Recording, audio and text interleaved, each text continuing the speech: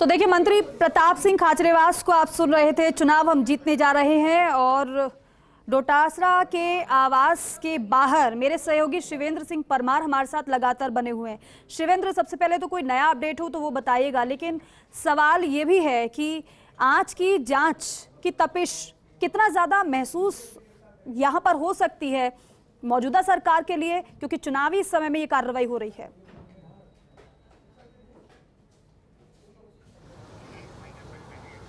देखिए, दो अपडेट है। पहला अपडेट है वैभव गहलोत के समन को लेकर। जी, वैभव गहलोत को आज सुबह 11:30 बजे ईडी ने दिल्ली बुलाया था, लेकिन क्योंकि उनको जो नोटिस है वो कल दोपहर 3 बजे रिसीव हुआ था। ऐसे में वैभव गहलोत के पास 24 घंटे से भी कम का समय था। तो उनके जो वकील हैं उन्होंने ईडी से नई तारीख मांग ली है कि हम आज 11:30 बजे आपके सामने पेश नहीं हो सकते।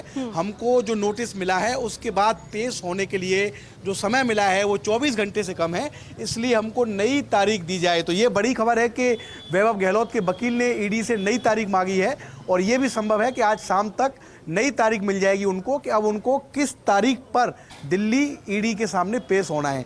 दूसरा, जो वैभव गहलोत को समन मिला है वो उनके टैक्सी से जुड़े बिजनेस को लेकर मिला है। सनलाइट एक कंपनी है जो टैक्सी चलाती है, फेयरमेंट होटल में भी उनकी टैक्सी चलती है।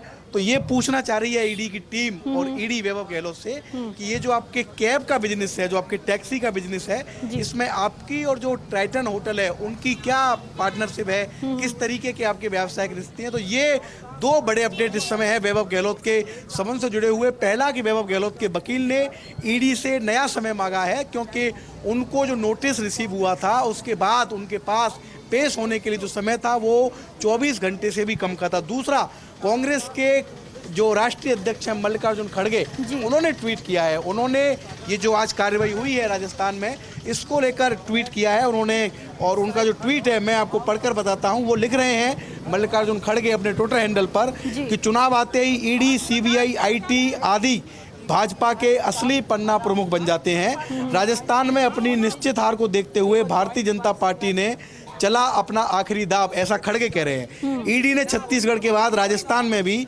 विधानसभा चुनाव अभियान में उतरते हुए कांग्रेसी नेताओं के खिलाफ कार्रवाई शुरू कर दी है। मोदी सरकार की तानाशाही लोकतंत्र के लिए घातक है। हम एजेंसियों के दुरुपयोग के खिलाफ लड़ते रहेंगे।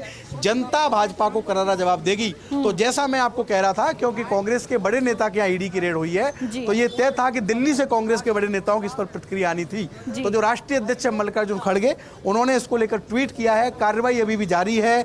मुख्यमंत्री की जो प्रेस कॉन्फ्रेंस है दीपिका, उसका भी समय आ गया है। और जो ओम प्रकाश हुड्डा के यहाँ रेड चल रही है, उससे भी एक दिलचस्प खबर है कि उनके करीबी हैं राजेंद्र गुप्ता, जो ओम प्रकाश हुड्डा का काम देखते हैं।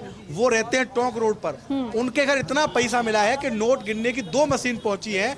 राजेंद्र गुप्ता के घर, जो टोंक रोड पर तरु छाया एक इलाका है, वहां पर रहते हैं। यहाँ नोट गिनने की 2 मशीन पहुंची हैं। ये ओम प्रकाश हुड्डा के करीबी हैं। इनके निवास पर भी ईडी की रेड चल रही है और पैसा इतना मिल गया है कि वहां पर ईडी की टीम ने 2 नोट गिनने की जो मशीन है वो मंगवाई हैं। तो तमाम तरीके की जो खबरें हैं वो हर तरफ से इस समय दीपिका आ रही हैं। लेकिन अब इस समय मुख्यमंत्री की प्रेस कॉन्फ्रेंस का इंतजार है, जो यहाँ से तकरीबन 100-150 मीटर की दूरी है मुख्यमंत्री का निवास, वहाँ पर होनी है। इस प्रेस कॉन्फ्रेंस में उनके साथ सुखजिंदर सिंह रंधावा भी मौजूद रहेंगे और वहाँ ये देखना होगा कि मुख्यमंत्री किस तरीके से इस कार्रवाई को लेकर अपनी बात रखते हैं। क्योंकि जो कांग्रेस के राष्ट्रीय अध्यक्ष मल्लिकार्जुन खड़गे, उनका ट्वीट भी मैं आपको पढ़ के सुना चुका हूं कि उन्होंने कितने आक्रामक तरीके से जो हुड्डा का जिक्र आप कर रहे हैं, उनके किसी करीबी के यहाँ भी छापा मारा और आपने बताया कि नोटों को गिनने के लिए वहां पर मशीनें भी बुलाई जा रही, मशीनों को बुलाया जा रहा है जिससे कि गिनती हो पाए। लेकिन शिवेंद्र, ये क्या क्लियर हो पाया कि ओम प्रकाश हुड्डा के आवास पर किस मामले में छापा मारा जा रहा है? क्या इससे संबंधित कोई जानकारी है हमारे पास?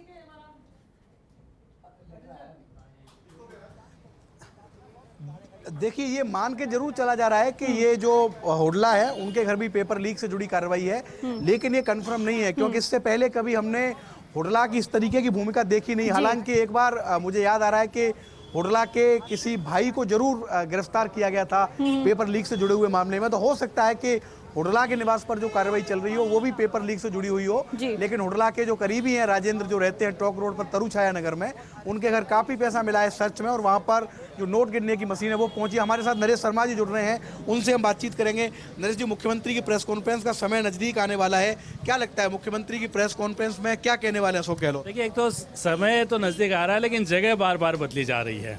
अब ये प्रेस कॉन्फ्रेंस मुख्यमंत्री आवास पे न होकर कांग्रेस के वॉर रूम में होगी और मुख्यमंत्री रंधावा दोनों ही 12:30 बजे कांग्रेस के वॉर रूम में जो कि हॉस्पिटल रोड पे है वहाँ पे होगी। तो जो प्रेस कॉन्फ्रेंस मुख्यमंत्री आवास पे होनी थी अब वो कांग्रेस के कार्यालय में होगी। एक तो अपडेट ये है। दूसरा ये है कि ये सही है कि ये जो प्रेस कॉन्फ्रेंस है ये पूरी तरह आज की जो कार्रवाई है उस पर रहेगी और जो शुरुआती आरोप जो शुरू से चलते आ रहे हैं कि ईडी है वो टारगेट बना के कांग्रेस के नेताओं को ये कार्रवाई कर रही है, तो इस तरह के जो आरोप है वो दोहराए जाएंगे। और चूंकि देखिए आज की जो प्रेस कॉन्फ्रेंस है शिवेंद्र, वो मैसेज देने की प्रेस कॉन्फ्रेंस है कि अगर कांग्रेस के प्रदेश अध्यक्ष पे कार्रवाई होती है तो पूरा जो संगठन है उनके साथ खड़ा नजर आए, ये मैसेज देने की कोशिश की जा रही है। और जहाँ तक बात करें कार्रवाई की तो चाहे जयपुर हो, चाहे सीकर हो, चाहे दौसा हो, जहाँ तक आपने हुडला की बात की थी अभी, तो देखिए हुडला के कार्रवाई जो हो रही है साथ में उनके जो बिजनेस पार्टनर है, वो अलग अलग ग्रुप में वो कई पार्टनर है या उनका जो कामकाज संभालते हैं उनके और उनके नजदीक